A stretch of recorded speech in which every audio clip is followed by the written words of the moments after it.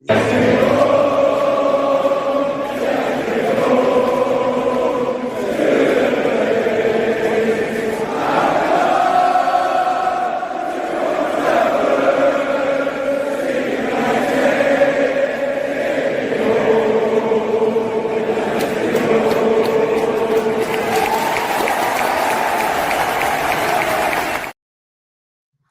everyone, and you're very welcome to the Man United Agenda.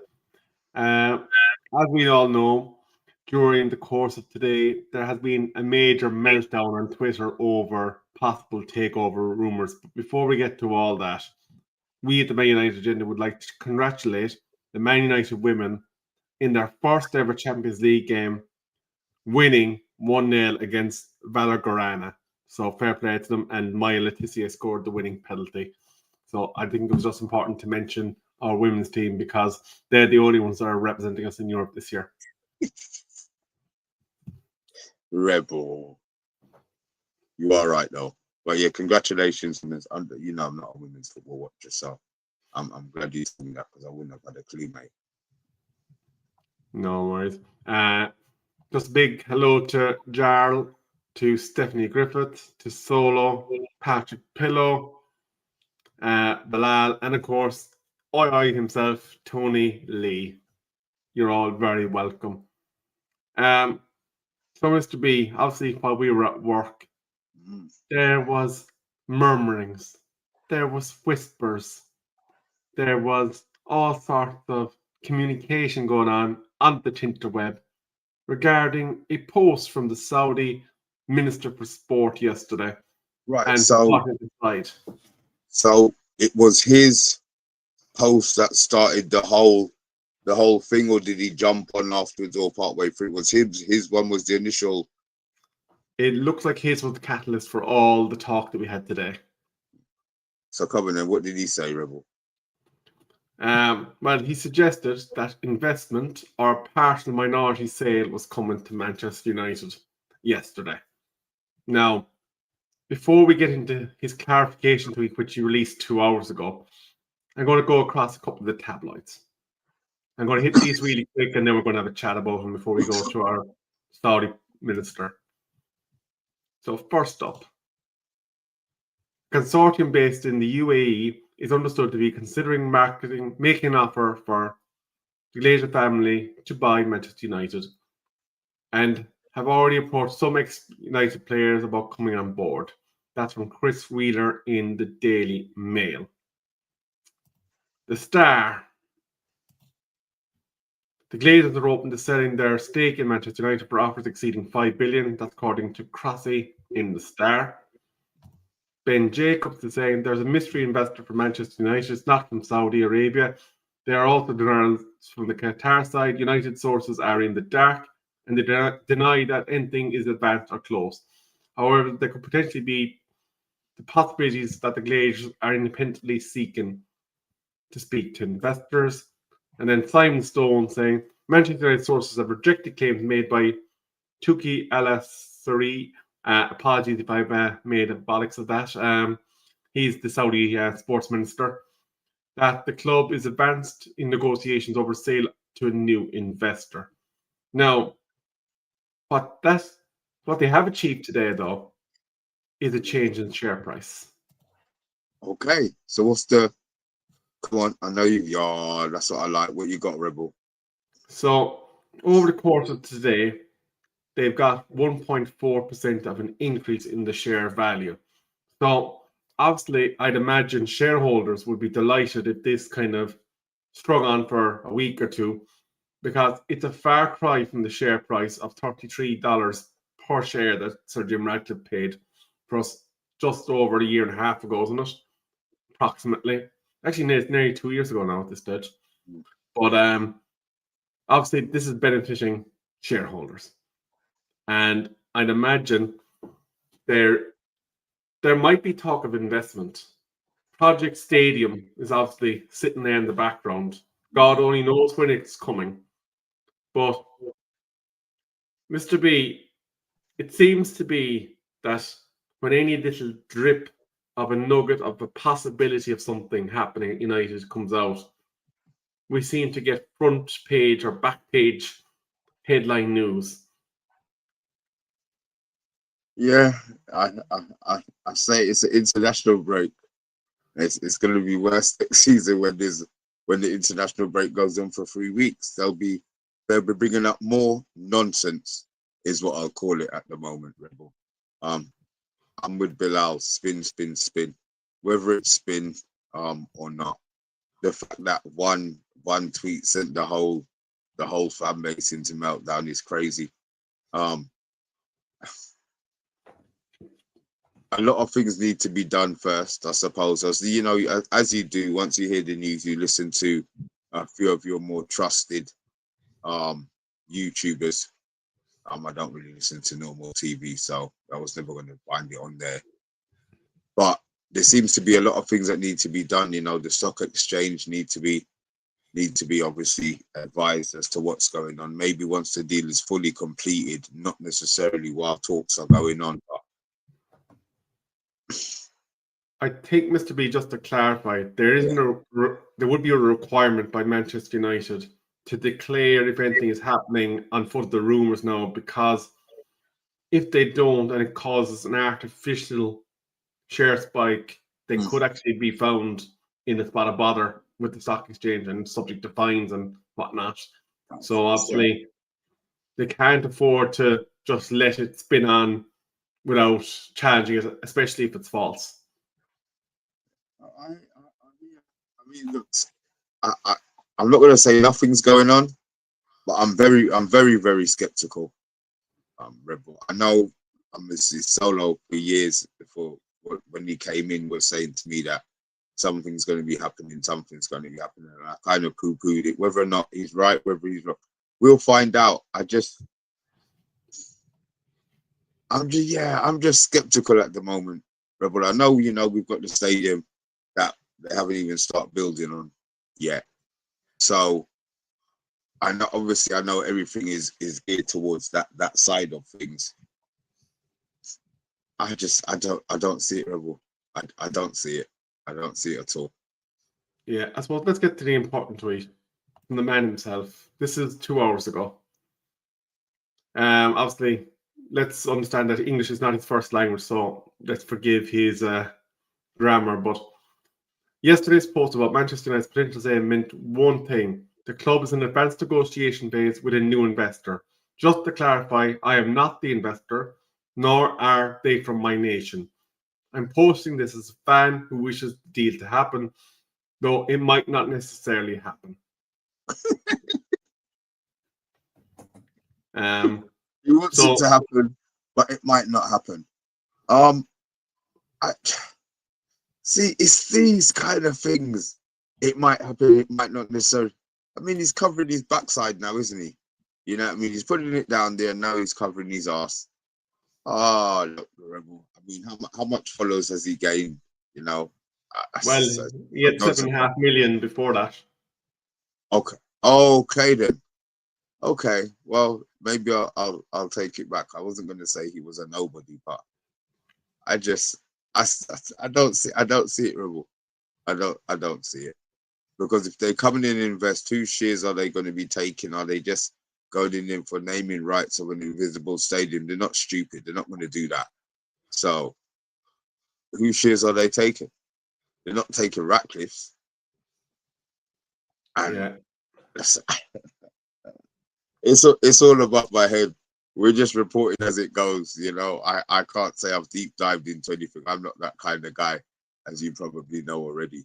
So we'll just have to see how this one plays out, Rebel. Yeah, I suppose the kind of question that I had in my head yesterday when I heard the initial news was, okay, what's being offered? What type of return are they being guaranteed? Because investors, especially minority investors, aren't going to prop up a majority shareholder, invest all their money while the majority shareholder is risk-free without a guaranteed return. That's just bad business. Like, no businessman, regardless of how much they love a club, is in it to flush money down the toilet. Now, I know sports washing and all the rest of it, and that's a conversation of a different ilk, but if you're a minority shareholder, you have to be in it for something. And there have to be some sort of a guaranteed return. We've heard rumors about naming rights to the stadium, possibly replacement on the jerseys sponsor once the current deal ends.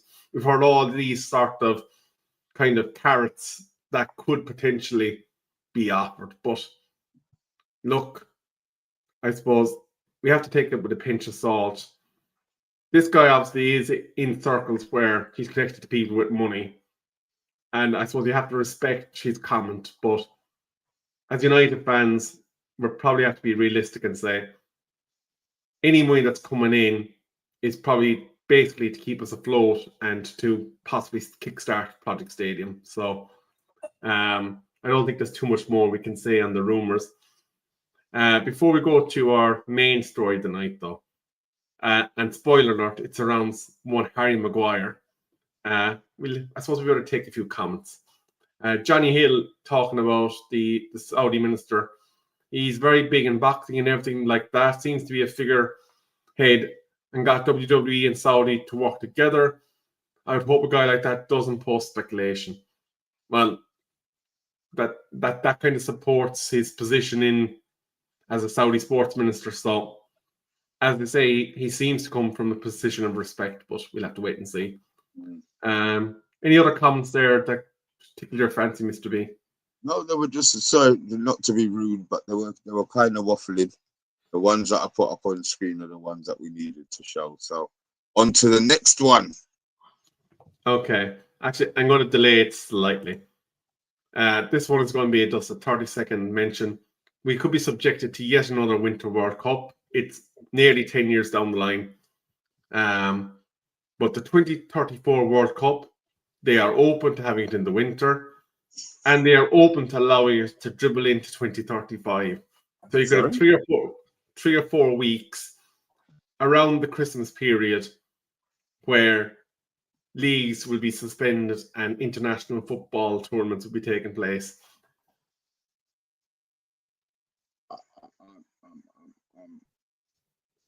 Obviously, it's money orientated. It's already something that's been decided, and if they put it out 12 years early, then you know they need to. So it is what it is. It is what it is, Rebel. You know, it's football's to say football's gone mad. Maybe it has, but that's definitely money orientated, that move there. Absolutely. I see your comment, Bilal. I can't repeat it though. But let's get to the main story. One for Fabrizio Romano. This was about 4 hours ago. Manchester United are in talks with Harry Maguire over a new deal with existing contract due to expire in June. Face-to-face meeting held with his camp in the recent days and will follow to discuss conditions. MUFC happy with Maguire's contribution and leadership. So now we do know why Yav is missing from the channel. He's been over at Old Trafford, whispering in Jim's ear, looking for a bag for his boy. Look, there's gonna be one person on the channel who's gonna be absolutely delighted with that news. A couple of things do come to mind. One, he's on 190 grand a week.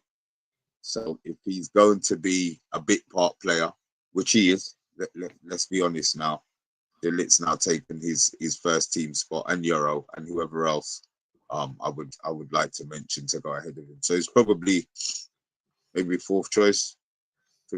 Are they going to be doing a Henderson where he's in there just for the ambiance? Yes, he does have leadership qualities in regards to determination. I'm not paying somebody 100 grand though just to be a cheerleader and a hype man on game day. I'm not sure how much he wants or how long the contract will be going on for. I don't understand why they would be talking about renewing Harry Maguire's contract. We've seen it done. How old's Harry Maguire going to be at the end of this season? 32, 33? His legs have always been gone. Oh, so he can win headers. Oh, we get somebody who can win headers. Surely there's somebody out there who can head the ball like Harry Maguire. if that's what they want from him. So I'm not really feeling the new contract. I would rather he was ties were severed and he can go and look for a new club in the summer. Yeah. We deserve better is not too happy about this. Does the club not have any ambition? A new bleeping contract? There you go. I mean, you've kept quiet, Rebel. What are your thoughts on it? Well, I'm looking at it from the whole squad perspective. Obviously, the jury's out on Cine the man until we see a couple of games and consistency and all the rest of it as to whether he's a number one or number two. We'll know that by the end of the year. We know we're fairly set in terms of the transfer window next year in terms of the forward three. There's going to be no incomings there. And if they are, they're probably going to be kids that are, possibilities to be featured in the future. I'm thinking that they're looking at this from the perspective of if we can keep Euro, Martinez, and De Ligt fit and well, they're our first team centre backs. Mazraoui, Evan. Mazraoui in heaven as well.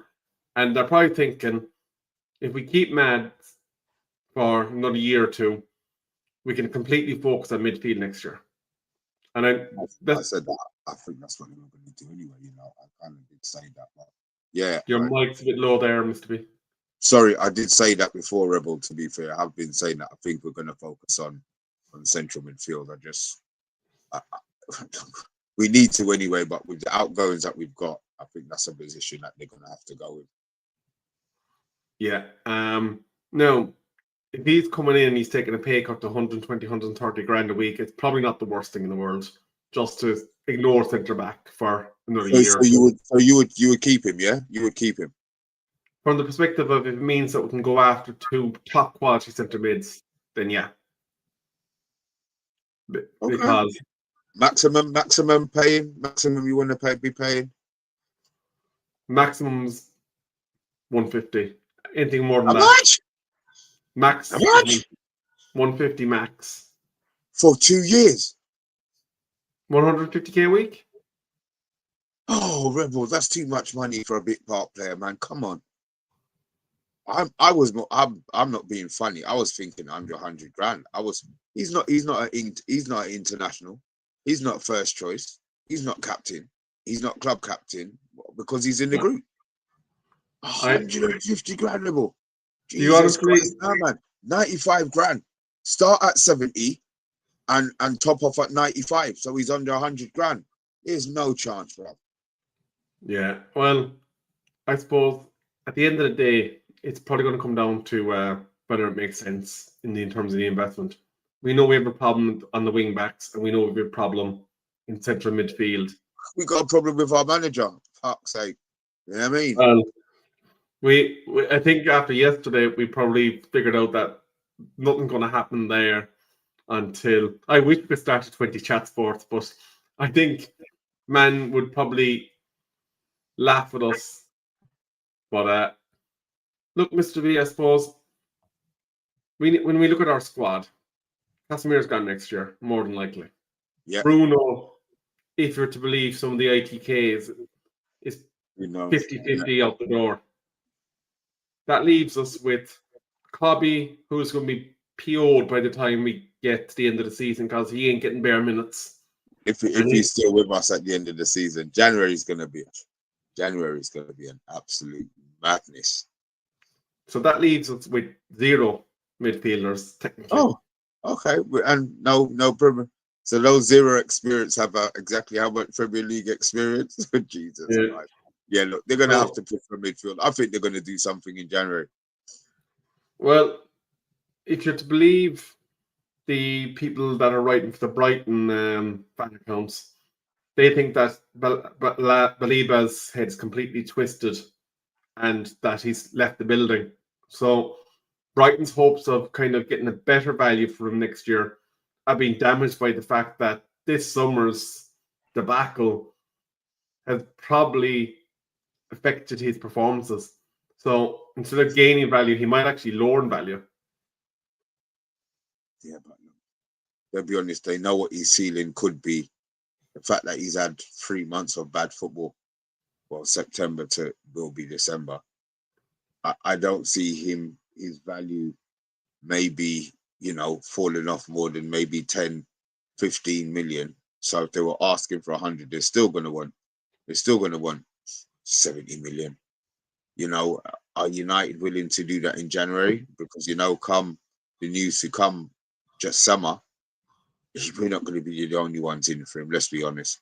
So whatever deal they get done, whether it's Wharton, who they're sniffing around, I know Palace are trying to offer him a new contract, whether it's Anderson, whether it's Baleba. I mean, look, can you imagine if they went out there and got all three? We live in dreamland, but, they've all got different characteristics, but those are the three that seem to be on the radar at the moment.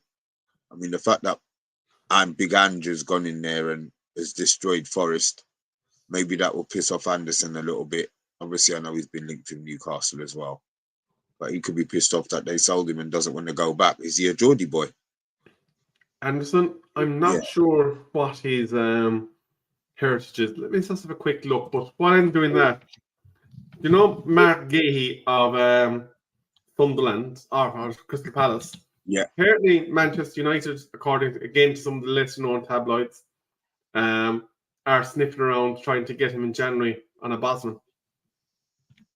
I don't see how, if Liverpool have already come in for him, that groundwork's been done. You're talking maybe 90% of that deal has been done.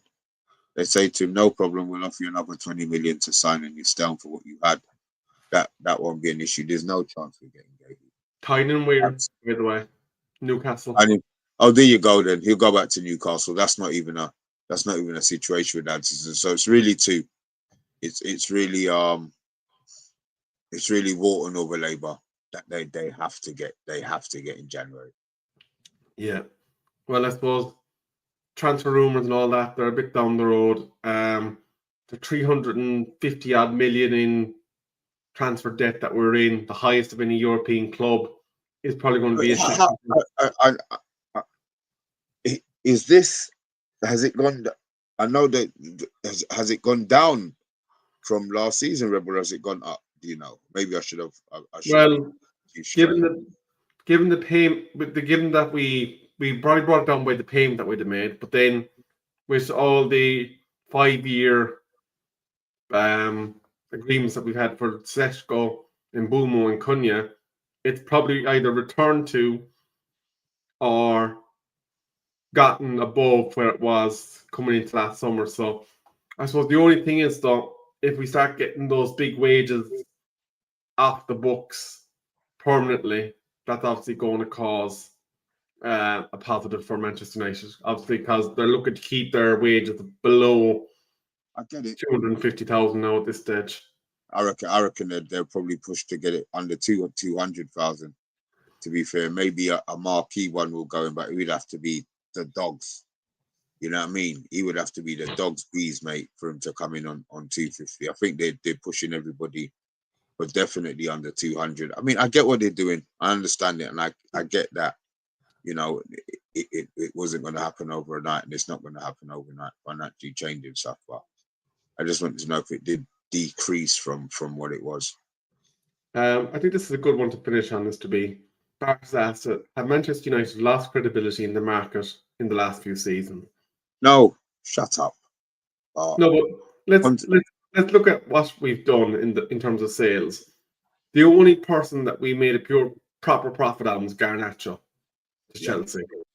Yeah. We've done loan deals. We sold people for fractions of a million that went for 50 odd million to Real Madrid the season after.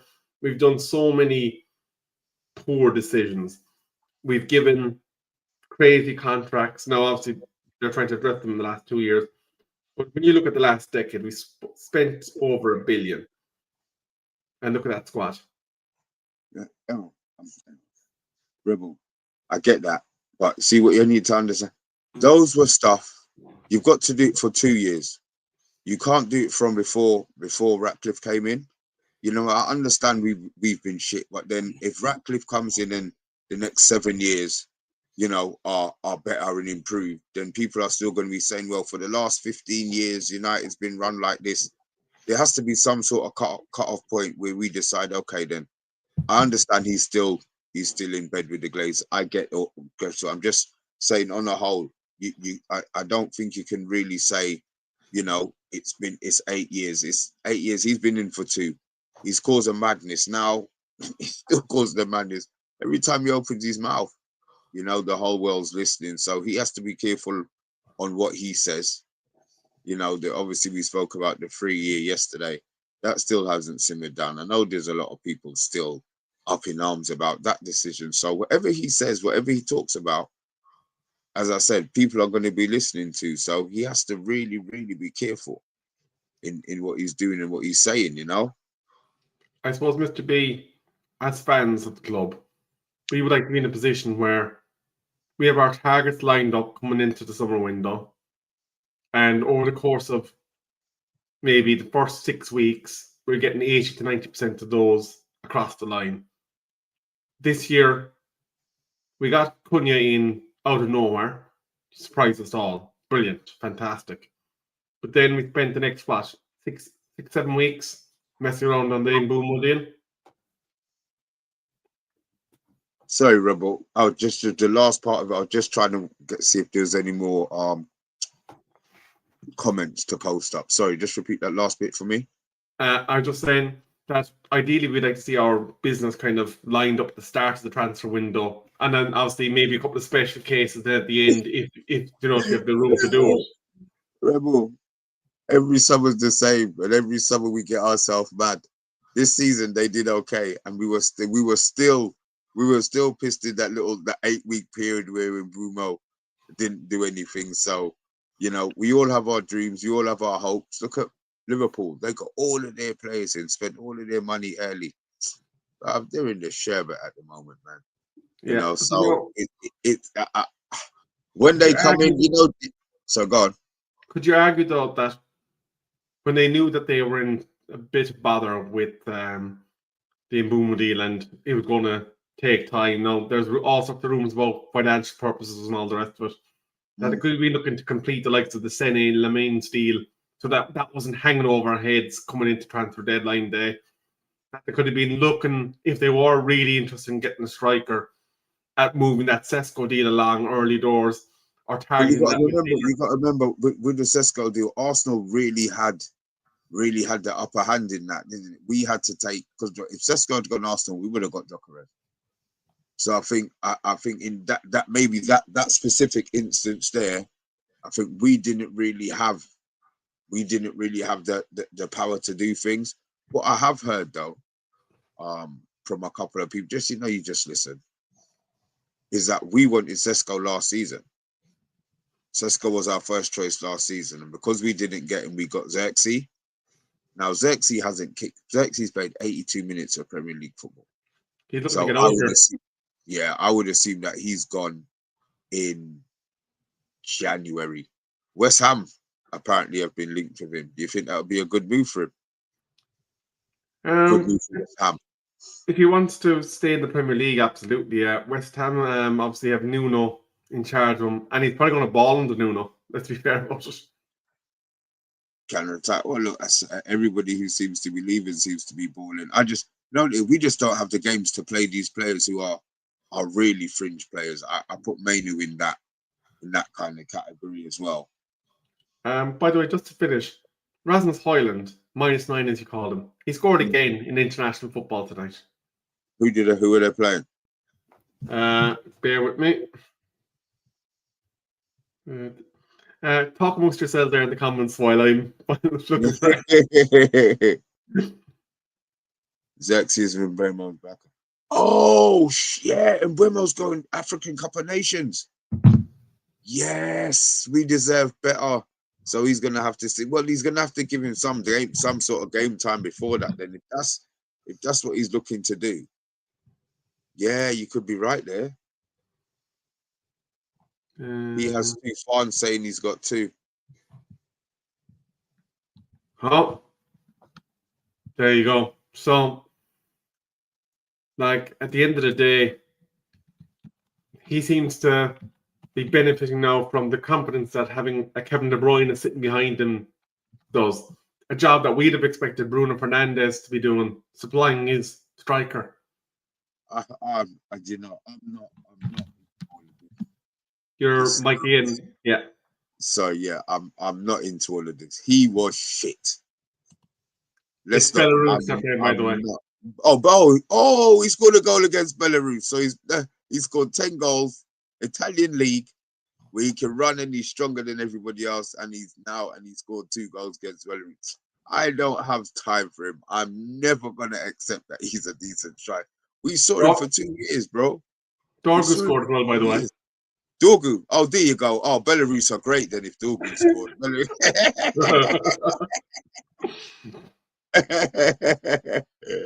Brilliant. Oh God. And I suppose just to finish up on, we deserve better.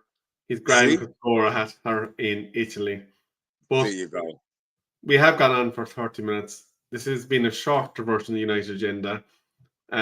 Obviously, we are going to be debuting a new show next week. The plan was to do it for this week, but we really want to put our best arguments forward. So we're letting it develop for another week and let it simmer. So be sure to keep an eye out for that. And obviously, if you're new here, hit that free subscribe button. And when we get to 4K, one of you is getting a jersey. And for tonight and for this week, I've been Rebel. Mr. B will be back tomorrow. This week, what day is it today? Thursday. You're back tomorrow with the Premier League mix on a Friday night. Yeah, Patrick will be on tomorrow. You know, when you're for 30 minutes, yeah. Yeah. Are you taking the peas? Well, look, in 30 minutes is long for some people, man. Yeah. Well, just bear in mind, Bilal, or not Bilal, we deserve better, that if we were to present tonight's show to a teenager of 13 years or younger, we'd have to break it down into about 10 to 15 3-minute TikToks. Oh, yeah. Oh, God. I tell you, I can't. I'm glad I'm not, wishing my life away, but I'm glad in 20 years or 30 years I'm going to be dead, because there's going to be nothing. I mean, everything is so now. They've got no concentration span. So, And on